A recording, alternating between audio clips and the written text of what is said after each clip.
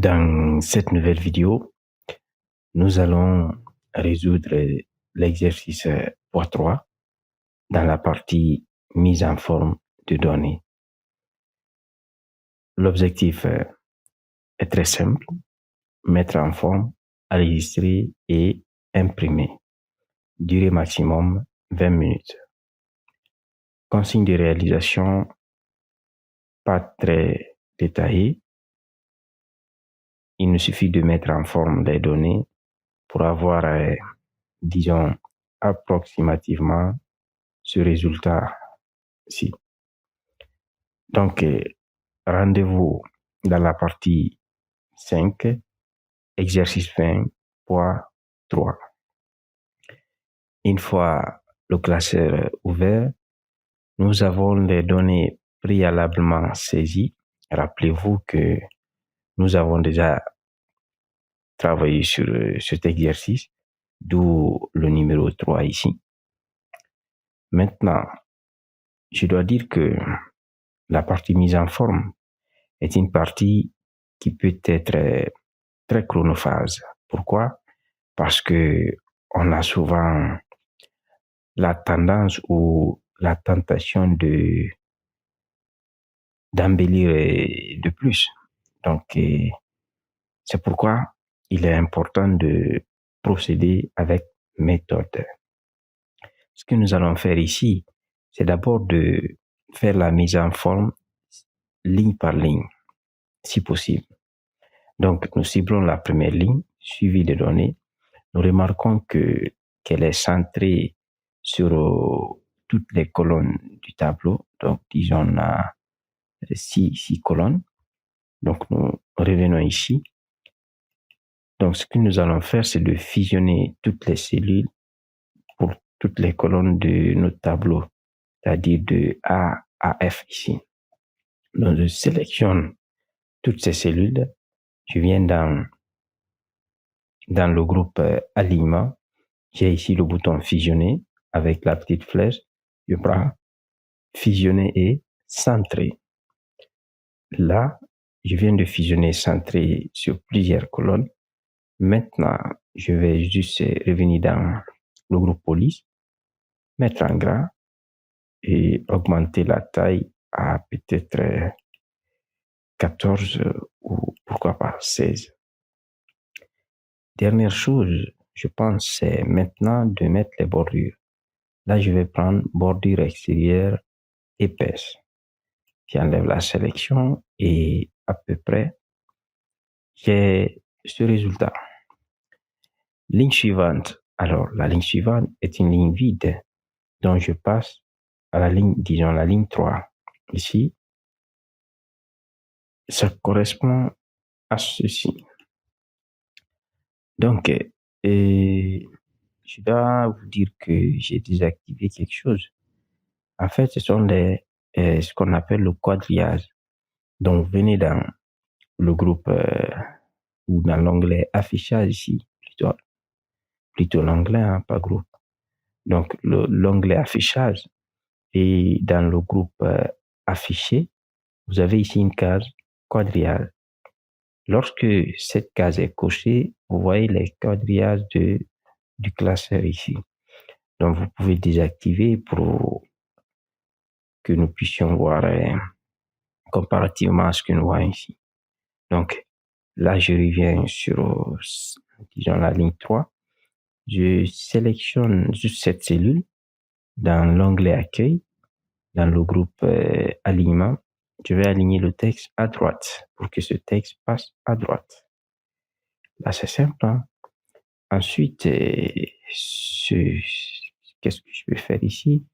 C'est juste de mettre la bordure. Donc là, je vais prendre juste toutes les bordures avec les bordures simples. Donc, vous prenez juste toutes les bordures et vous avez la bordure ici.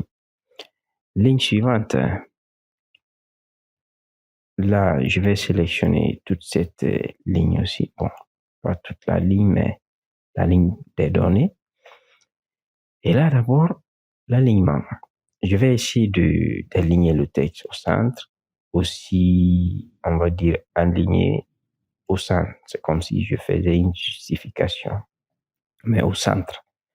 Maintenant, je peux aussi augmenter, on peut dire, les bordures intérieures, donc l'espacement intérieur. Mais là, je le fais manuellement. Donc, je me positionne entre deux lignes. Là, par exemple, le curseur change de forme, je maintiens le simple clic. Ensuite, je peux tirer autant que je veux, mais il faut bien mesurer aussi. Là aussi, je peux revenir pour les colonnes. Entre deux colonnes, je maintiens, j'écarte. Ça me permet de... Mais attention, si c'est les colonnes, vu que j'ai plusieurs colonnes, donc je dois sélectionner toutes les colonnes concernées. Là, quand j'écarte, il va écarter pour les différentes colonnes. Vous voyez, si je réduis, il va réduire pour toutes les colonnes. Donc, c'est un peu ça. C'est pourquoi il est important de sélectionner toutes les colonnes concernées. Donc, vous écartez pour voilà, faire respirer un peu le texte. Ensuite, je pense que je pourrais faire ça pour la ligne suivante aussi. Donc, pour cette ligne aussi, je sélectionne. D'abord, je vais centrer tout. Ensuite, alors là, on le fait manuellement, donc c'est à vous de regarder visuellement à peu près le résultat. Et bien, on n'a pas des indications très spécifiques. Donc, je sélectionne toutes les colonnes concernées. Ensuite, là aussi, je vais essayer d'écarter un peu les données. Voilà, je pense que là aussi, c'est bon. Maintenant, je peux sélectionner toutes les deux lignes là, les deux lignes de données. Je prends toutes les bordures. Toutes les bordures. Voilà, j'ai mes bordures ici. Ensuite, je passe à cette ligne aussi. Là aussi, je pense qu'il est important d'écarter un peu les données. Et je vais encore centrer tout d'abord. Là aussi, on va écarter un peu. Là, je pense que c'est bon, pas trop écarté comparativement aux autres là. Donc là, c'est bon. Ensuite, peut-être pour les colonnes aussi, je peux écarter un peu aussi. Ah, pardon, attention. Oui, c'est pas grave. En fait, quand vous écartez les colonnes, vous écartez pour toutes les données. Ce n'est pas juste pour cette partie. Donc là, je pense que c'est déjà écarté. On n'a pas besoin d'écarter de plus les colonnes. Voilà, je pense que c'est bon. Je peux juste encore sélectionner cette partie. Je prends toutes les bordures. Toutes les bordures. Voilà, vous voyez. Là, on est en train de procéder avec méthode. Maintenant, il nous reste cette place. Là, je peux sélectionner toute cette place parce que la mise en forme est commune pour toute cette place. C'est pourquoi je vais la sélectionner. Alors, l'auteur n'a pas été précis jusqu'à quelle colonne, mais on peut aller par exemple jusqu'à la ligne 20 et 19. Je vais aller jusqu'à la ligne 20. Voilà, jusqu'à la ligne 20. Et là aussi, je vais centrer les données comme ça. Et ensuite, ce que je dois faire, c'est de mettre les bordures. Là, je vais procéder autrement. Je vais faire un clic droit sur la partie sélectionnée. Je clique sur format de cellule. Ensuite, là, je viens dans bordure. Et là, je sélectionne, bon, le style est déjà sélectionné, c'est un style simple ici.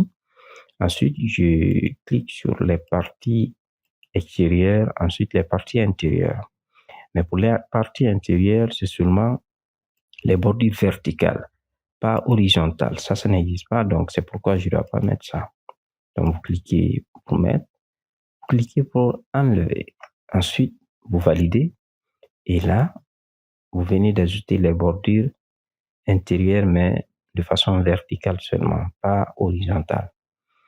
Et là, je pense c'est juste cette colonne qui doit être alignée à droite. Donc, je la sélectionne. bon, pas toute la colonne, juste cette place, disons.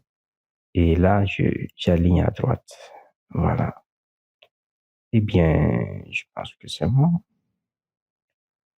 Ce qui reste, c'est la partie décimale pour les nombres ici. Donc, je sélectionne encore cette place de cellules.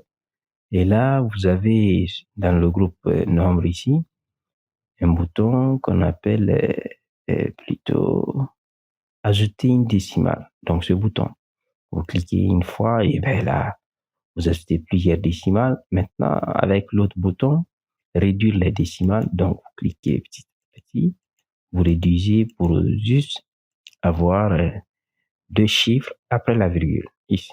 Donc, vous voyez. Et je pense que ce qui reste maintenant, c'est, disons, la couleur de remplissage. Là aussi, je sélectionne donc les cellules concernées, cette place. J'appuie sur la touche contrôle pour sélectionner cette autre cellule. Ensuite, dans le groupe accueil, plutôt dans l'onglet accueil, groupe police, qui a un bouton ici, bouton de remplissage. Je prends un niveau d'aiguille proche du résultat attendu. Ensuite, je sélectionne, moi je peux vous faire voir à peu près, c'est proche. Et la dernière partie, c'est ici. Donc, je sélectionne cette place. Là, le niveau de gris est un peu plus foncé. Peut-être ça. C'est pas mal. Eh bien, je pense que c'est tout. On peut dire soit c'est proche ou ça équivaut. C'est pas forcément identique parce que la mise en forme, il n'y a pas de question spécifique. Donc, on essaie de reproduire et de nous rapprocher de ce que nous voyons ici. Et je pense que nous sommes proches. Voilà. Donc, là, c'est tout. Nous allons enfin enregistrer les modifications apportées sur ce classeur et nous avons fini.